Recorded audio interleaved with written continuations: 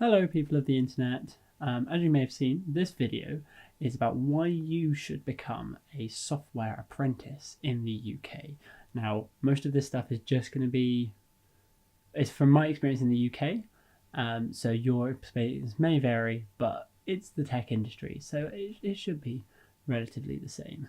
So why have I made this video? I went online, specifically YouTube, and I couldn't see any videos to do with apprentices, especially in the tech industry. So I thought I'd make this video as what I would have wanted to see as a non-professionally made video, because there are a few like corporate videos out there, but there's nothing by like an actual person just talking to a camera. So this is why I'm here. First up, big misconception: you don't make tea anymore. Thank God. Yeah. Long are the days where you would make tea for everyone in the office. You don't do that. You are treated like a normal employee. You are just given some more time.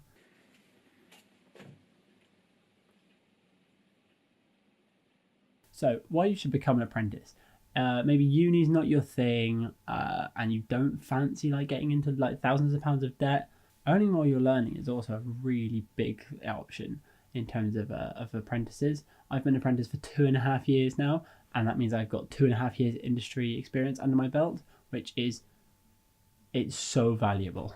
Apprenticeships also often lead to careers, and this is because the business has put a lot of money and effort into you. So they've grown you as an individual, and they've not just been there like, here, go on a training course. They've actually grown you into someone that they want to nurture, and that they've put a lot of their own personal time and a lot of their employees' time into you. So you're not only just costing them in terms of they pay you and they also help pay for your university, but there's also the whole range of other support things that they've had to put in to nurture you. So they're quite invested in you, which is a good thing because they try and keep that retention rate. Another reason why being an apprentice is really good is businesses are looking for someone who's young, enthusiastic, and someone who comes into the industry and doesn't actually like know an awful lot and can challenge the norms. So challenging the norms in terms of if there's a process or a policy that maybe is outdated or doesn't work as well anymore as it used to, you're going to come into the business and you're going to be challenging that, like, what's this? Why is that? Why do we need it? And it's going to bring up all of these conversations that they were having. And it means that ultimately, if they get to change a process or if they get to change some way of doing work, then you might speed up the process, or you might flag like a really big hole in their process, which they hadn't seen before. Remember that because you're bringing a fresh take, you are really valuable to them in terms of as a fresh pair of eyes on anything. If you ever like written a script or written a book, or if you've written anything and needing another pair of eyes and someone coming up and going, that bit there, that's wrong, and you just didn't see it before. If you're drawing, someone's like, that bit's wrong. So they need fresh eyes. So university. I go to university. I'm an apprentice. Although you're not in debt to the uni, you still have to go. This depends on what type of course you've taken. I personally took a level 4, so it was a higher apprenticeship, and that means that I go to university and I do a work placement. I go to a lovely university in Cambridge with my fellow apprentices, and we get trained on relevant subjects to do with, because I'm a software engineer, I get stuff like UML teaching, database teaching, object-oriented practices teaching, and general like mathematics teaching as well, to go along with like aiding me in my learning. As an apprentice, you also have extra rights for university and for your workplace, and university is there to teach you these new rights, and generally they'll have someone assigned for this. So if you don't know your rights as an apprentice, make sure to check the link below. I will try and have as much information on apprenticeship rights as possible. If you even are an apprentice now, you're just watching this video and you didn't know you had rights, go down. I may also do a video on apprentice rights if you want that. So what does the job entail? A lot of shadowing, and unlike in, say, the car industry, where I imagine shadowing to be, this is how you put together this piece, do it yourself, and then you like watch and then you replicate and you watch and you replicate. In technology and in software engineering, it's more you understand the mentalities of how this thing works, or you understand the philosophy behind this. So you understand more about how user experience is created and how a UI is put together, then here's a piece of code, I want you to write it, because no one wants duplicated code. That's useless to a business. So they're more looking to to feed you different types of learning instead of do this and I want you to copy it. So it's more technique than it is like actually I want you to copy this to this. So a couple of quick facts about apprenticeships is 491,300 apprenticeship starts were between 2016 and 2017, and 24.6% of those were under 19. So there are 23,000 opportunities to become an apprentice listed on the UK site every month, which I will leave a link down in the description if you want it. Over 90% of apprentices go on for further training or education, which means people are putting a lot of money into you, and if they're not putting money into you, you're going and sourcing it yourself. But generally, the institute will put you in for like a higher course because they've invested this much into you, they might as well keep going. Higher apprentices could earn £150,000 more on average compared to those of a level 3 vocational qualification. So I'm now on my level 4. This means overall I could earn up to an extra £150,000 over my lifetime. Now for anecdote time. I've been an apprentice for 2.5 years.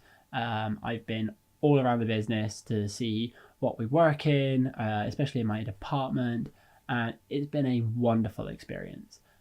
Meeting new people, meeting some really quirky people, and some people with brains that are, how do you fit it in your head?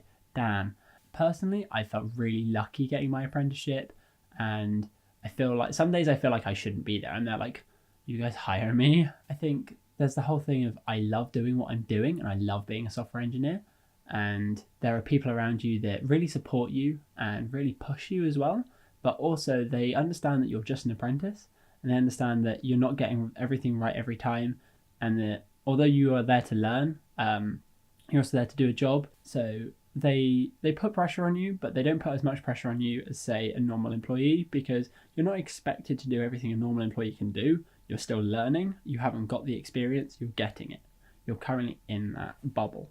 I also go to university 3 times a year in block placements, and it has been amazing. We go there, I chat with fellow apprentices that are in my year there and in the company. We talk about our jobs, we talk about general outside of life, and yeah, it's a really good experience, and it's a really good networking experience as well. And you'll hear that so much if you go into a job. Network this, network that, network this, network that. It's just so much networking. Also, a fair amount of drinking. Yeah, it's university. You still get a uni experience, trust me. Just because you're being paid to be there and you're looking out for the company, it's there like, yeah, but when that clock ticks over, it's like...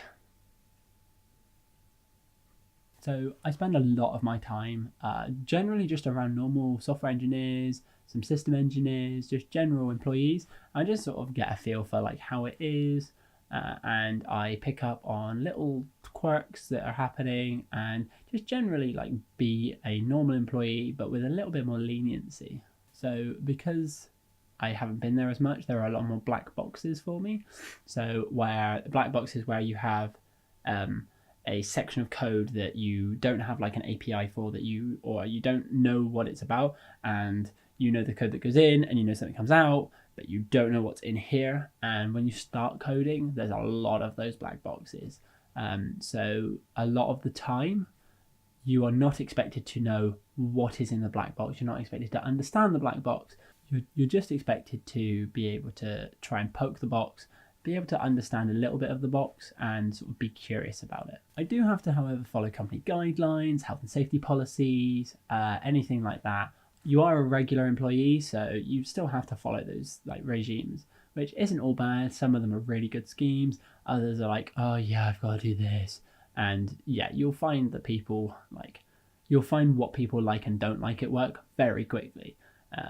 Especially in software, I think people are quite cynical sometimes, which can be hilarious. However, yeah, you can tell what people do and don't like, and which systems they do and don't like and get on with. So rounding it all out, I think apprenticeships are awesome. I feel I'm so lucky to be an apprentice and get the job that I did. You go straight into work. You don't have to like faff around after uni being there like I need to find a job, but I also then want to find a job in my career and my path choice in life. It's all pretty much laid out for you. And if you don't really want to get into all that uni debt, or you just want to go straight into work, but you also want to do a bit more learning, then apprenticeships could be really something for you to look at. So I would give it a go. I'd at least go and check out the website. Like I said, it's in the link below. Go check it out. It's a good site. You might find something that you are like, oh, I didn't know that existed as an apprenticeship. People will train you. It's not training free. You're not going to go there and be there like expected to just be able to do it. But a little bit of knowledge, a little bit of experience in the area, and you're pretty good to go. As long as you meet the minimum requirements, you're pretty good to just apply. And I would really urge you to apply. So whatever decision you choose, I hope this has been an informative video for you. Stick around and subscribe to my channel for more apprentice related videos. I'm also going to be doing a few tech videos, not in the sort of like benchmarking stuff, but just general sort of tech videos, slightly political tech videos to do with laws that are passing on tech and the internet in general, as well as sort of safeguarding yourself on the internet and just a bit of banter. So yeah, comment down below if you want to see a certain video. Make sure you subscribe, hit the notification bell, and I will see you again very soon. Take care.